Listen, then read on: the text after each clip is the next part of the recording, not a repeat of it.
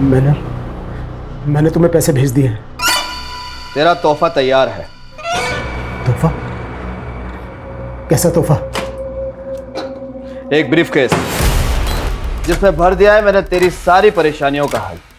इस ब्रीफकेस में तेरे सारे खताओं की माफी, तेरी और तेरे परिवार की जान बची रहे, इसलिए तुझे बहुत सारी लाशें बिछानी है। क्या बोल रहे हो तुम? तेरी गाड़ी में रखा है तेरा तोहफा। मेरी गाड़ी में? क्या रखा है मेरी गाड़ी में? देखो तुम हर बार ये नहीं कर सकते। देखो मेरी हिम्मत जवाब दे चुके हैं, तुम बार बार मेरे साथ ये नहीं कर सकते। मैं पता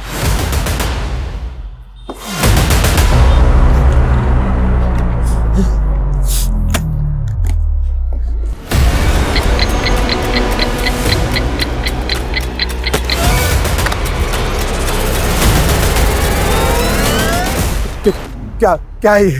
तुम्हारा तोहफा। इस ब्रीफकेस के 2 लॉक हैं। इस लॉक को दोनों को एक साथ खोलते ही तुम्हारा टाइमर चालू हो जाएगा, जो कि 2 मिनट का है। 120 सेकंड। 120 सेकंड बाद टिक टिक टिक। और अगर तुमने इस बॉम्ब को यानी कि इस ब्रीफकेस को 2 मिनट के अंदर बंद कर दिया तो टाइमर भी बंद हो जाएगा। देखो तुम पहले तुम मेरी बात सुनो। जल्दी से जाकर इस ब्रीफकेस को किसी भीड़-भाड़ वाले इलाके में रख दो, वरना। देखो तुमने अब तक जो कुछ भी काम मैंने किया है, लेकिन प्लीज मैं ये नहीं कर पाऊंगा, बिल्कुल नहीं। नहीं करेगा तो तेरी खूबसूरत बीवी और कमसिन बेटी का क्या हाल होगा? 5 घंटे, सिर्फ 5 घंटे हैं तेरे पास। अगर 5 बजे तक धमाके की खबर नहीं मिली तो वरना। Hello hello hello.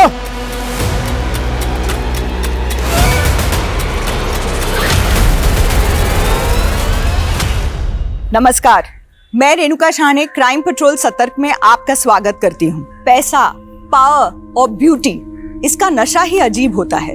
एक ऐसी मृग तृष्णा जिसकी होड़ में रोशनी कब अंधेरे में बदल जाती है पता ही नहीं चलता। अर्श की बुलंदी कब फर्श की गर्त में समा जाती है एहसास ही नहीं होता। हमारी चाह, हमारी तमन्ना हमें कभी कभी इतना मोहताज बना देती है कि हम हाथ फैलाते हैं तो गुनाह अपनी बाहें फैलाए सामने होता है।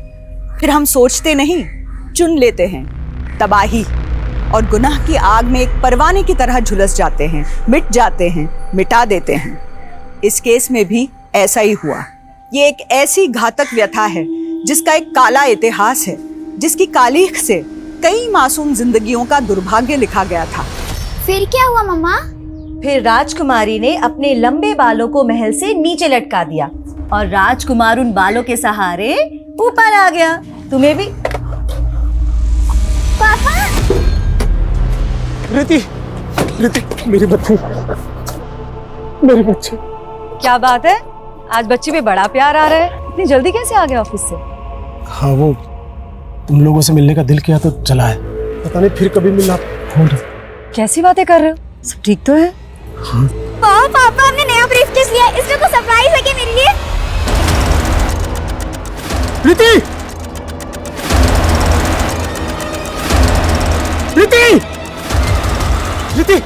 छोड़ो उसे!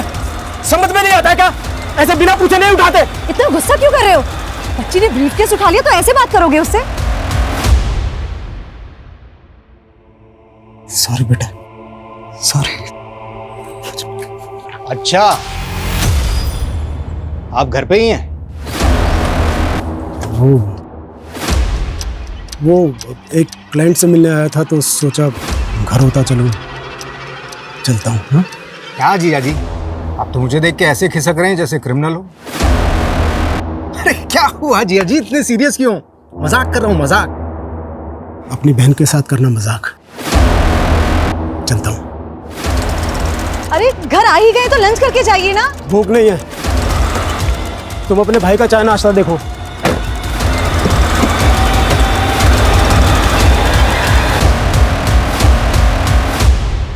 ये लीजिए आपकी चाय। मैं भी पुलिस वाला बनूंगा।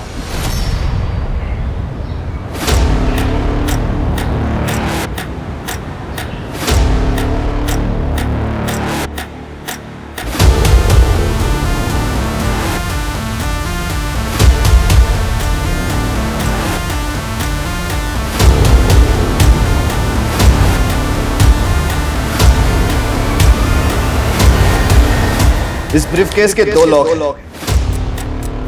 इस लॉक को दोनों को एक साथ खोलते ही तुम्हारा टाइमर चालू हो जाएगा।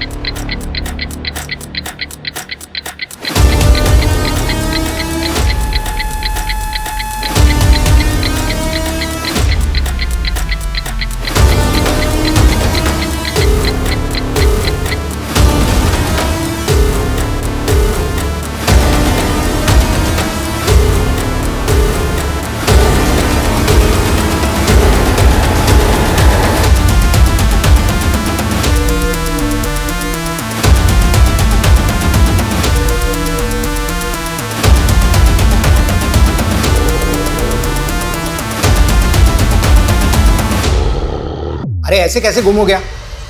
जल्दी ढूंढ उसे। हाँ, और अपडेट दे मुझे। कुछ तो चल रहा है जतिन के मन में जो वो बता नहीं रहे। ऑफिस से जल्दी घर भी आए और शक्ल दिखा के चले गए। अरे कहीं ऐसा तो नहीं कि तुम पे शक कर रहा हो कि बीवी पीछे क्या करती है? जस्ट जोकिंग, टेंशन वाली कोई बात नहीं है, सब ठीक हो जाएगा। Hope so. वो क्या है ना साहब, इस साल बारिश ठीक से हो भी नहीं पाई। वो बोलते हैं ना ग्लोबल वार्मिंग बढ़ रहा है साहब। बहुत गर्मी है साहब। बस इधर ही रोको, मुझे यही उतरना। कितने पैसे हुए? 100 रुपये साहब।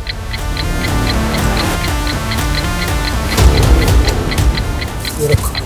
अरे साहब,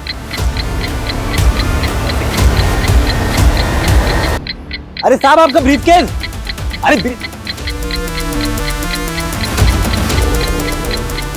अरे साहब आपका ब्रीफकेस तो लेके जाओ। अरे साहब, देख के कौन चल सके के? सॉरी साहब अजीब आदमी हो, इतना महंगा ब्रीफकेस आपने ऑटो में छोड़ दिया। इसमें कुछ गड़बड़ तो नहीं? अरे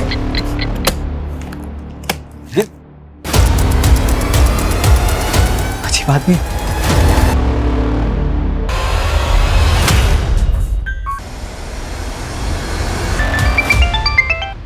क्या रे, ये धमाके की ब्रेकिंग न्यूज की खबर दिखी नहीं मुझे अभी तक।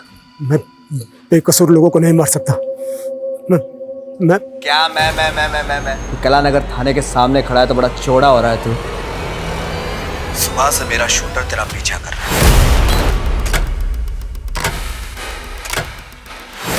अगर एक कदम और तूने आगे बढ़ाया तो तुझे गोली मार देगा। और तेरे मरने के बाद तेरी बीवी मेरी रखेल और बेटी धंधे वाली। और सुन, मेरा एक आदमी तेरे घर पे भी है। नहीं, उन्हें कुछ मत करना, तुम जो कहोगे मैं करूंगा। तो निकल वहां से अभी के अभी। और दोनों लोग खुलने के बाद जो 2 मिनट में धमाके वाली बात थी ना, वो कहानी थी, झूठी कहानी। टाइमर तो ऑलरेडी सेट कर रखा है मैंने। अब तो इसे खोल या मत खोल, धमाका तो होगा। अब कुछ देर है तेरे पास, कुछ देर। हेलो।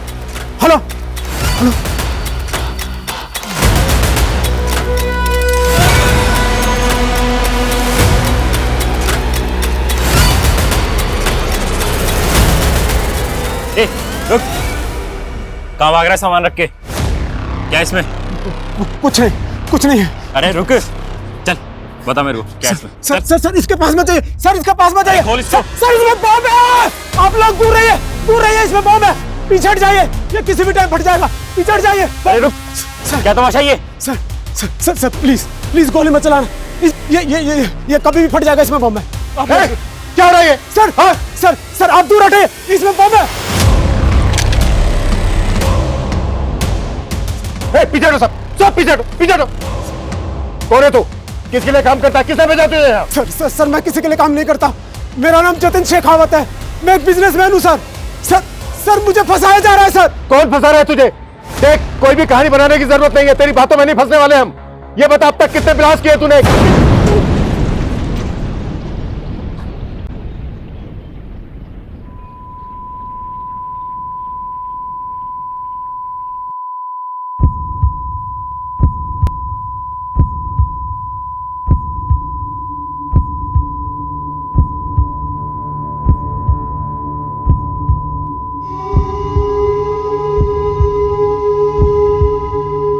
पानी ला,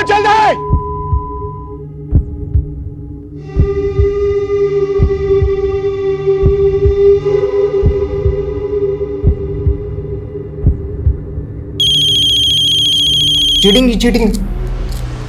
हेलो, क्या? सर ये पहले ब्रीफ केस रख के भाग रहा था, फिर कांस्टेबल मिश्रा ने इसे देख लिया तो अपने मजबूर होने की कहानी सुनाने लगा। हाँ सर, ये आदमी बार बार बोले जा रहा था कि मैं बेकसूर हूँ और सूटकेस में बॉम्ब है। ये आदमी अपने आप को एक बिजनेसमैन कह रहा था। इस आदमी की हमें डिटेल्स निकालनी होगी और ये भी पता लगाना होगा कि किस वक्त सचिन ने हमारे थाने के बाहर ब्लास्ट किया। अगर सीसीटीवी फुटेज के हिसाब से देखें तो ये आदमी काला नगर पुलिस स्टेशन में अभी अभी एक भीषण बॉम्ब ब्लास्ट हुआ है। हमारे सूत्रों से पता चला है कि बॉम्ब एक बिजनेसमैन जतिन शेखावत ने यहाँ प्लान किया था, जो कि इसी बॉम्ब ब्लास्ट में मारा गया है। पुलिस को जतिन के टेररिस्ट ऑर्गेनाइजेशन से जुड़े होने का भी अंदेशा है।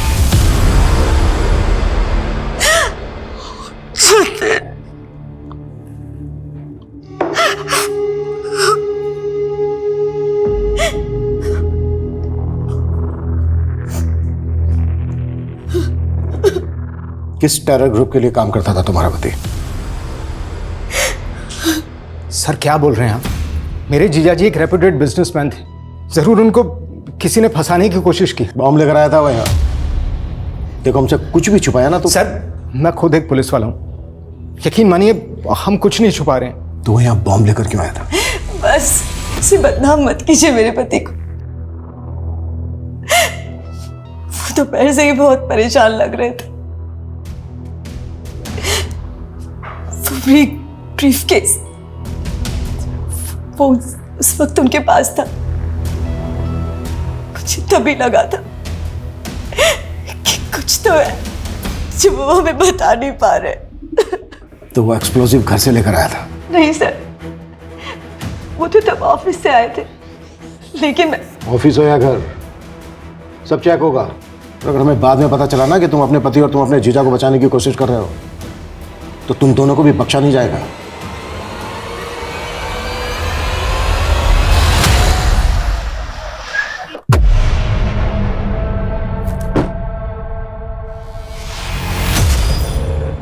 अबे तू कहाँ लेके आ गया मुझे यार? मेरा गैराज का काम बाकी बिना वर्दी के मेडल कैसे मिलता है बताता हूँ, देखते जा बस। जो मैं बोलूँ वो करते रहे। साहब आपका मुर्गा मन्ना यहाँ शक्ति बाजार के रॉयल केक शॉप में, आप आ जाओ जल्दी। क्या रे, पैसा लेने के लिए खुद आना पड़ेगा? मन्ना भाई अभी धंधा बंदा चल रहा है, तो थोड़ी सी मोड़ तो दो ना। धंधा चल रहा है। अरे मन्ना चल रहा है। हाँ मन्ना भाई मुझे ये मैकेनिक चल बाहर खुल गई डिक्की, जल्दी आ, चल चल चल। हफ्ता टाइम पे देना वरना तेरी डिक्की किसने बोला है?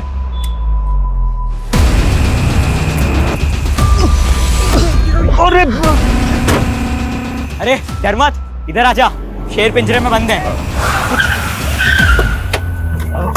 साहब आपको मैंने ही कॉल किया था, आइए। आपका मुर्गा मन्ना यहाँ डिक्की में बंद है। मजा कर रहे हैं क्या? तूने मन्ना को बंद किया डिक्की में? हाँ साहब। डिक्की खोलो।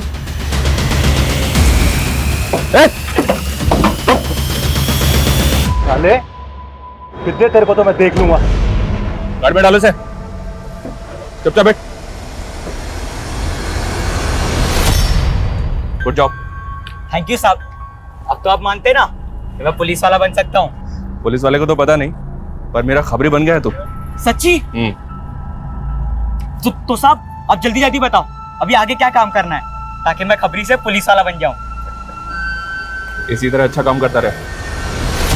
सर जतिन सर का बहुत ही क्लीन इंपोर्ट और एक्सपोर्ट का बिजनेस है सर, वो गलत नहीं हो सकते सर। ये इंपोर्ट एक्सपोर्ट का बिजनेस तो सिर्फ दिखावा है, यहाँ और क्या क्या होता है हम सब पता लगा लेंगे। जाके फाइल चेक करो उधर। आप बेवजह शक कर रहे हैं साहब, मैं खुद यहाँ 5 साल से काम करता हूँ, आप जैसा सोच रहे हैं वैसा कुछ नहीं है। लेकिन सर जब सुबह जतिन सर अचानक से यहाँ से निकले तो मुझे भी थोड़ा सा अजीब लगा था। और सर फ़ोन पे किसी से तो झगड़ रहे थे, हो सकता है किसी ने फंसाया उनको। सर कौन फंसाएगा उसे? सब इतना तो आइडिया नहीं है सर, लेकिन सर वो जो लड़की थी निवेदिता, वो पहले यहीं काम किया करती थी और तकरीबन 6 महीने पहले उसने सुसाइड कर लिया था। उस सुसाइड से इस ब्लास्ट का क्या कनेक्शन है? सर सुसाइड करने के बाद निवेदिता का बॉयफ्रेंड यहाँ आया था, शकील। निवेदिता! छोड़ो मुझे! सर निवेदिता कहाँ है? छोड़ो मुझे! निवेदिता! छोड़ो मुझे! सर निवेदिता ने सुसाइड नहीं किया, बल्कि साथ में मारा! छोड़ो मुझे! पकड़ा है। लेकिन सर उसके बाद प्रूव हो गया था कि निवेदिता ने सुसाइड किया था। लेकिन उसने सुसाइड क्यों किया? सर मुझे कैसे पता होगा? जब वो यहाँ काम किया करती थी तो कभी टाइम पे नहीं आई, और हफ्ते में 3-4 बार तो हाफ डे में निकल जाती थी। सर पता नहीं क्या करती थी ऐसा। और जब सर जतिन सर ने उसको नौकरी से निकालने की धमकी दी तो उसने उल्टा जतिन सर पर ही मोलेस्टेशन का केस लगा दिया था। सर बहुत अजीब लड़की थी। जतिन के घर और उसके ऑफिस से कुछ भी सस्पिशियस नहीं मिला, लेकिन ब्लास्ट में जो बारूद का इस्तेमाल किया गया है वो माइंस ब्लास्ट में इस्तेमाल किया जाता है। पता करो उसके कॉन्ट्रैक्ट में कौन कौन ऐसे लोग थे जो इस तरह की बारूद का उसके लिए बंदोबस्त कर सकते। जी सर। सर हमें जतिन का फोन मिला है। फोन तो पूरी तरह से डैमेज हो चुका है, लेकिन सर इसमें 2 सिम स्लॉट्स हैं। उनमें से एक स्लॉट में उसकी सिम है जो उसका बिजनेस नंबर था। हमने उसके CDR भी निकाले सर। लास्ट वाले दिन एक नंबर से लगातार उसे कॉल्स आ रहे थे। सर ऐसा लग रहा है जैसे कि कोई उसे इंस्ट्रक्शन दे रहा हो। अगर जतिन का इंटेंशन ब्लास्ट करने का होता तो अपना बिजनेस नंबर इस्तेमाल क्यों करता? वो बार बार कह रहा था कि उसको मजबूर किया जा रहा है, मजबूर किया जा रहा है। क्या जतिन वाकई में सच बोल रहा था? लेकिन सर कोई टेररिस्ट ग्रुप किसी अनजान आदमी से बॉम्ब प्लांट करवाए, ये पॉसिबल है? लेकिन हम टेरर एंगल को रूल आउट नहीं कर सकते। शायद जतिन का स्लीपर सेल की तरह इस्तेमाल किया गया हो। स्लीपर सेल वो क्या होता है सर? ये स्लीपर सेल एक तरह से उग्रवादी ही होते हैं जो आम लोगों के बीच में रहकर उग्रवादी गिरोह के लिए काम करते हैं।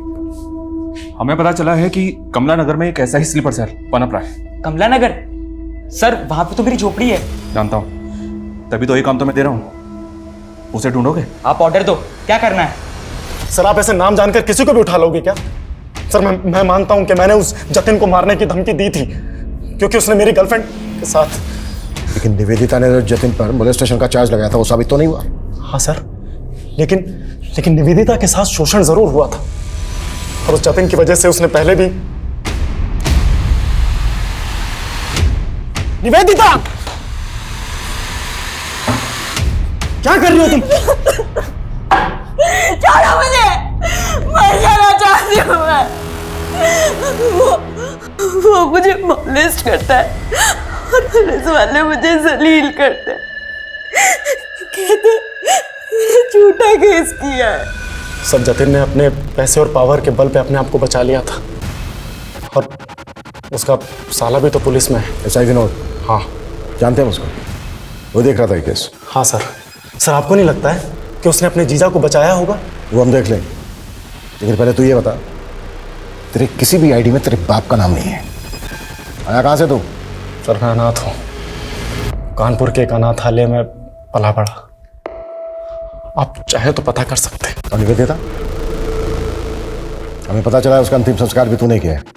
उसकी फैमिली? निवेदिता भी मेरी तरह अकेली और बेसहारा थी और इसी का फायदा उठाकर उस जतिन ने उसे अपना शिकार बनाया।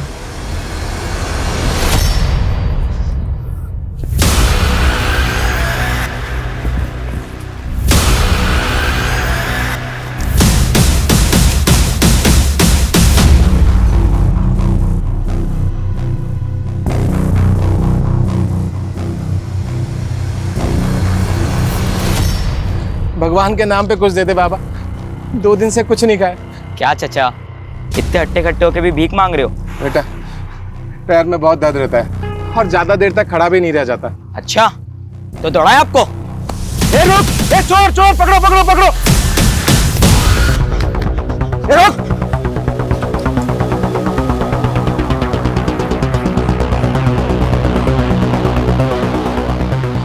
साहब आपका खबरी, वो जमुना नगर के पास जो चौराहा है ना, वहां पे आ जाओ। पक्की खबर है साहब, जल्दी आ जाओ। शाना बनता है? छोड़ो, पुलिस को फोन करता है। छोड़ो। ए रुक रुक।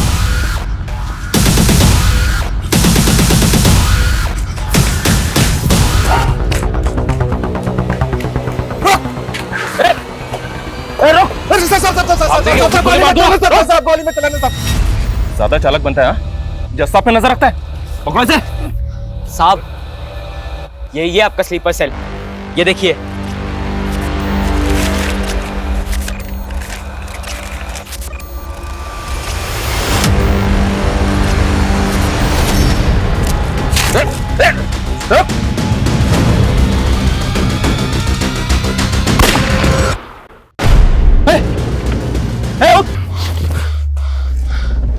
इसको मरना नहीं चाहिए था, इससे पता करना था कि ये किसके लिए काम करता था।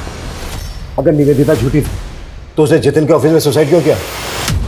क्या फिर वो एक मर्डर था जिसे तुमने सुसाइड साबित किया, जैसे निवेदिता के मोलेस्टेशन के चार्ज को किया था? सर, मैं अपना काम बहुत ईमानदारी से करता हूँ सर, और मैंने अपने जीजाजी को भी एक सस्पेक्ट की तरीके से इन्वेस्टिगेट किया। मैंने उनको कोई रियायत, कोई ढील नहीं दी थी सर। इस लड़की के कहने पर तुम अपने जीजा को अरेस्ट करने आए हो? जीजा हैं आप अपनी जगह पे, लेकिन आपके एम्प्लॉय ने आप पर काफी सीरियस चार्जेस लगाए हैं। इसका कहना है कि आप मॉलेस्ट करते हैं इसे। ये झूठ बोल रही है। अब आपको जो कहना है थाने चलकर कहिएगा। वाह विनोद, आज दिखा दिया ना, जब तू अपनी बहन का सगा नहीं है तो अपने जीजा का क्या होगा? शमा तुम्हारी सगी बहन नहीं है? नहीं सर, हम लोग बचपन में एक ही मोहल्ले में पले बड़े। वो बचपन से मुझे राखी बांधा करती थी। लेकिन सर ये बात तो बिल्कुल अलग हुई ना। और सर आखिर में निवेदिता ही झूठी साबित हुई थी, और वो किसी को मुंह दिखाने के काबिल नहीं रही, इसलिए उसने सुसाइड कर लिया। फिलहाल जा सकता हूं? सूरज। जी सर। नजर रखो इस पे। ये ऑफिसर मुझे कोई ठीक नहीं लग रहा, और जतिन के कैरेक्टर को भी हमें डीपली समझना होगा। उसकी जिंदगी में कई ऐसे किरदार थे जो अभी तक सामने नहीं आए हैं, उन्हें भी हमें सामने लाना है। Act fast. सर।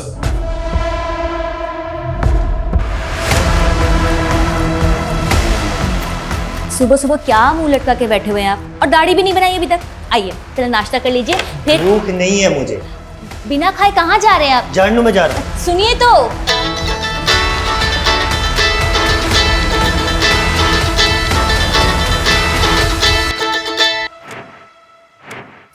हेलो।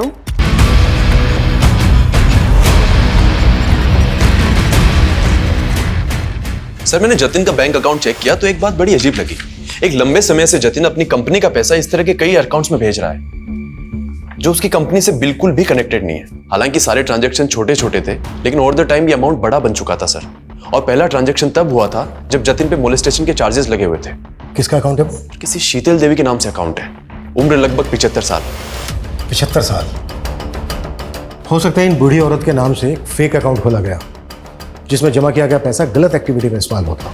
सूरज, एक काम करो, शीतल देवी के अकाउंट की डिटेल्स निकालो। सर, निवेदिता और उसके बॉयफ्रेंड के बारे में एक इंपॉर्टेंट बात पता चली है। क्या? सर, ये दोनों 9 महीने पहले जबलपुर में थे, और जबलपुर में निवेदिता पर कई लोगों को पिरामिड स्कीम में फंसा के पैसे गबन करने का इल्जाम है। तो क्या निवेदिता ने जतिन पर मोलेस्टेशन का झूठा चार्ज लगाया था? अगर ऐसा है तो निवेदिता के सुसाइड करने की असली वजह क्या होगी? अभी भी वक्त है, बोलते सच। सर बताता हूँ सर, मेरा इस पिरामिड स्कीम से कोई लेना देना नहीं है सर। मैं तो बल्कि सर निवेदिता का भी इससे कोई लेना देना नहीं था। उसे तो लगता था कि वो एक फाइनेंस कंपनी में काम कर रही है, और जब एक दिन वो अपने ऑफिस गई और वहाँ पर उसने ताला और अपने इर्द गिर्द गुस्साए लोगों को देखा तो सर उसे कुछ समझ नहीं आया। वो डर गई थी। जब तक उसे सब चीज़ समझ में आई तब तक बहुत देर हो गई थी सर। मौका दिया था मैंने तुझे सच बोलने का। सर मैंने सच बोला है सर। जब तक ये सच ना उगले ना तो साले। अनंत, तुमने मुझे डरा दिया था। यहाँ क्यों सो रहे? खाना भी नहीं खाया तुमने? तुम्हारा ही इंतजार कर रहा था। बहुत लेट कर दिया आज। वो आज काम थोड़ा ज़्यादा था। I am sorry. सब मेरी गलती है। अगर मैंने उन चीटर्स के साथ में पार्टनरशिप नहीं की होती तो शायद आज मेरा ये। अनंत, दिल छोटा मत करो, सब ठीक हो जाएगा। मैं हूं ना तुम्हारे साथ। तुम फिर से कर पाओगे, मुझे पता है। मुझे नहीं लगता कि मैं वो सब फिर से दोहरा पाऊंगा।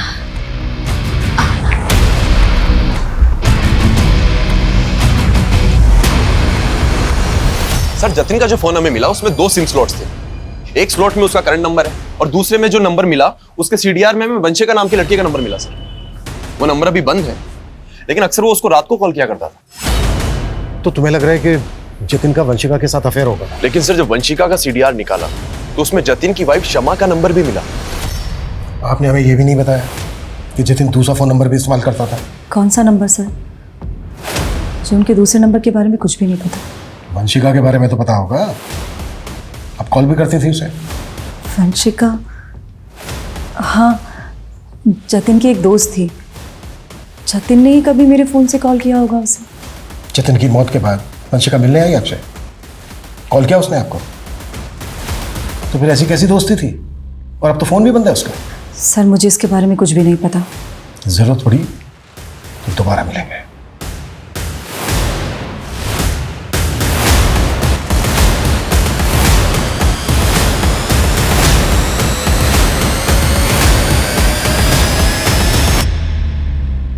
हाँ शमा, वो इंस्पेक्टर आया था, उसे वंशिका के बारे में पता चल गया। तू डर मत, कुछ नहीं होगा। सर ये वही शीतल देवी है जिनके अकाउंट में जतिन लगातार पैसे भेजता रहता था। बैंक वालों का कहना है कि इनका एड्रेस बिजनौर का है, लेकिन काफी टाइम से ये वहां नहीं रह रही। मुझे अभी भी डाउट है कि इस अकाउंट को शीतल देवी ऑपरेट कर रही है या फिर कोई और। सर मैं बाकी डिटेल्स निकलवाता हूँ। सर वंशिका आपसे खुद मिलने आई है। सर आप लोग मेरे पुराने एड्रेस पे गए थे। मेरे एक नेबर से पता चला कि आप लोग मुझे ढूंढ रहे हैं, इसलिए मैं यहाँ पे। आपने अचानक अपना घर बदल लिया, फोन नंबर भी बंद कर दिया, क्यों ऐसा? मैं वहां से जाना नहीं चाहती थी, मुझे मजबूर किया गया। किसने मजबूर किया? जतिन के साथ क्या रिश्ता था तुम्हारा? इतने कॉल्स क्यों होते थे तुम दोनों के बीच? सर मैं जतिन को लाइक करने लगी थी, लेकिन वो मेरी मजबूरी का फायदा उठाकर मेरा शोषण कर रहा था। जतिन एक बॉम्ब ब्लास्ट में इन्वॉल्व था।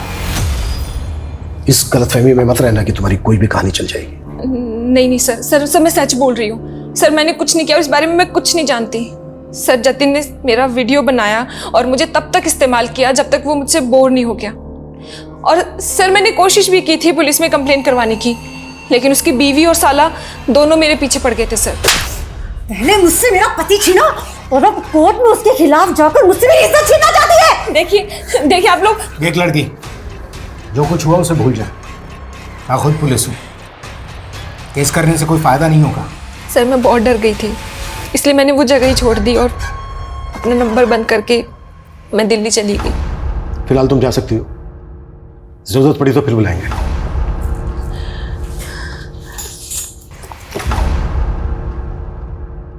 सूरज सर, इस लड़की पे नजर रखो और पता लगाओ कि इसकी कहानी में कितनी सच्चाई है। निवेदिता ने भी जतिन पर मोलेस्टेशन का चार्ज लगाया था। जतिन की कॉन्टैक्ट लिस्ट में जितनी भी लड़कियां हैं उन सबकी डिटेल निकालो। हो सकता है किसी ने रिवेंज लेने के लिए इस तरह से जतिन का बम ब्लास्ट में इस्तेमाल किया हो। एक बम धमाके की सनसनीखेज खबरें बटोरने वाला ये केस शुरुआत से ही एंटी सोशल एंगल से जोड़ा जा रहा था, लेकिन पुलिस जांच का दायरा ऐसा था मानो ये कोई सामान्य हत्या का केस हो। तो क्या पुलिस को एंटी सोशल एंगल में वाकई कुछ नहीं मिल रहा था, या पुलिस से कोई चूक हो रही थी? निवेदिता की रहस्यमय मौत, वंशिका और जतिन का रिश्ता, जतिन की पत्नी शमा और जतिन के साले विनोद की इस केस में भूमिका कई तरह से इस केस को उलझा रहे थे। ये शीतल देवी कौन थी जिसके बैंक अकाउंट में जतिन पैसे ट्रांसफर कर रहा था, और राशिका का इस केस से कोई वास्ता था?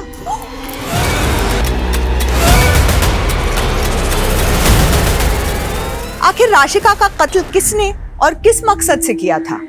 इस केस के कई और भी राज थे जो अभी तक बेपर्दा होने बाकी थे।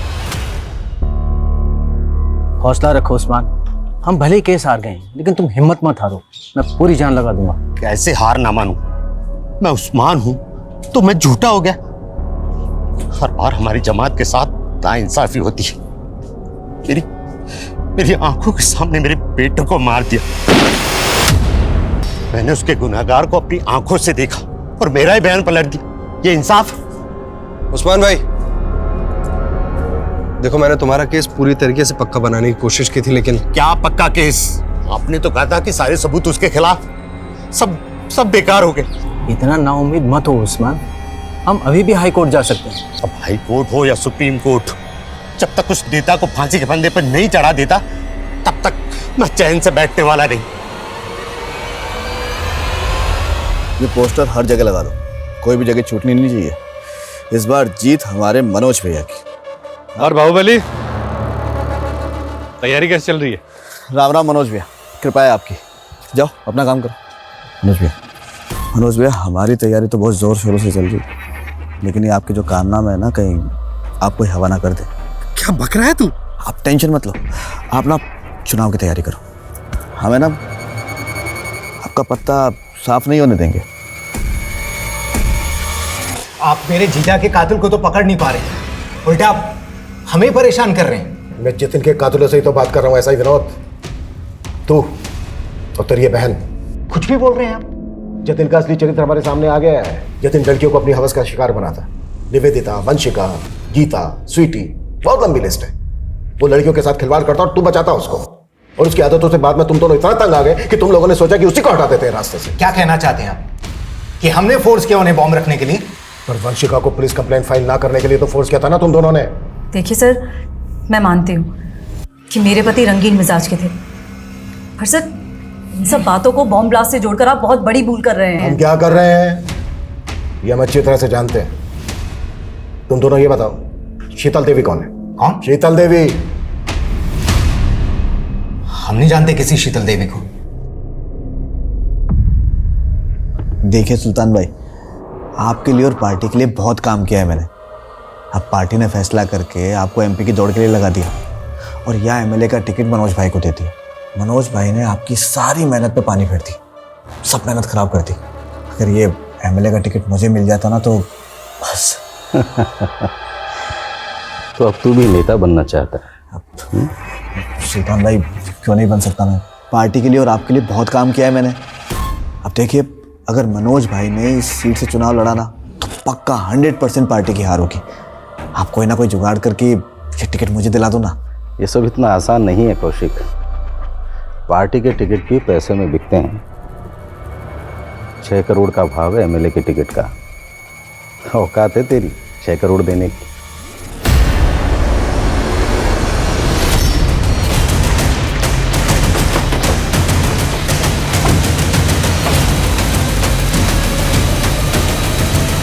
पीछे चलिए आप, पीछे चलिए। सर, उस्मान का मर्डर सिर्फ इसलिए हुआ क्योंकि वो अपने बेटे आमिर के मर्डर का इंसाफ चाहता था, और आमिर का मर्डर इसलिए हुआ क्योंकि वो अपनी जमात के लिए एक राजनीतिक संगठन बना रहा था। उसका हत्यारा आने वाला चुनाव लड़ रहा है। उस्मान उसे अंदर करवाना चाहता था और इस पूरे कांड में एक पुलिस वाला उसे घुमा रहा था।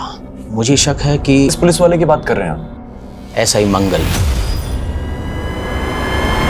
तुम उस्मान मर्डर केस में एक फेलो ऑफिसर पे शक कर रहे हो? सर, शक करने की वजह और भी बड़ी है। हो सकता है कि एसआई मंगल का जतिन के केस से भी कोई कनेक्शन हो।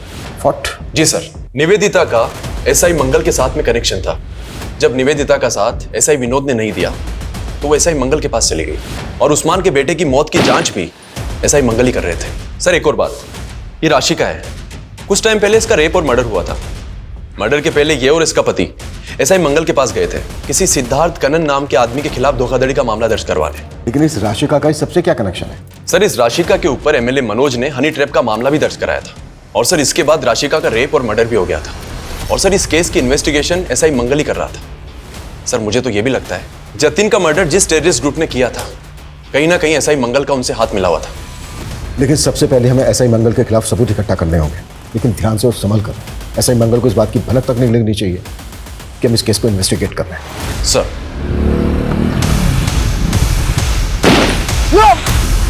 सर, मैं एसआई मंगल को इन्वेस्टिगेट कर रहा था तो मुझे शीतल देवी के साथ उसका कनेक्शन मिला। एसआई मंगल का शीतल देवी के साथ कनेक्शन? जी सर, एसआई मंगल के साथ में एक अनुज नाम का कांस्टेबल काम किया करता था।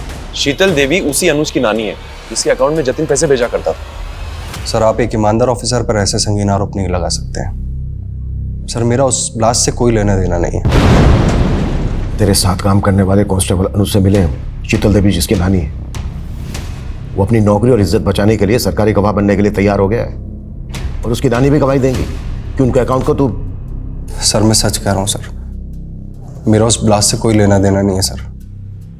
सर, मैं सिर्फ और सिर्फ एक कठपुतली था सर। मुझ पर प्रेशर था 1 करोड़ रुपए इकट्ठा करने का, वरना मेरी जान चली जाती सर। साफ साफ बोल। सर, जब निवेदिता मुझसे हेल्प मांगने के लिए आई तो उसने मुझे एक वीडियो दिखाया। उस वीडियो में जतिन और निवेदिता बिस्तर पर साथ थे। मुझे लगा कि वो वीडियो एक बहुत अच्छा साधन हो सकता है जतिन से पैसे उगाही करने का। उस बेसहारा लड़की को तूने इतना अब्यूज किया कि खुदकुशी कर ली उसने। राशिका और उस्मान को भी तू नहीं, और वो जतिन उसको भी बमब्लास्ट में तू नहीं सर। सर, मैं सिर्फ और सिर्फ एक कठपुतली था सर। तो कठपुतली ये बोल, तेरी डोर किसके हाथ में है? बोल। नेताजी आप भी कैसी बातें करते हैं? आपका हुक्म मैं कैसे डाल सकता हूं? अरे आप जिसको बोलेंगे मैं उसको अंदर डाल दूंगा। लीजिए आपकी चाय आ गई, लीजिए चाय पीजिए, जाओ। देखिए ऐसी कोई बात नहीं है, आप बिल्कुल बेफिक्र रहिए, आप चाय का आनंद लीजिए। नहीं, प्रताप सर तो पुलिस है, तो ये अंदर कौन उनकी कुर्सी पे? वो नेताजी हैं। नेता पुलिस से बड़े होते हैं, पुलिस इनके इर्द गिर्द घूमती है। अच्छा, फिर तो मुझे पुलिस नहीं नेता बनना है। हमारे विधानसभा क्षेत्र में इतना प्रचार प्रसार करो कि सभी के जुबान पर सिर्फ हमारा नाम होना चाहिए। कौशिक भैया जिंदाबाद, कौशिक भैया जिंदाबाद।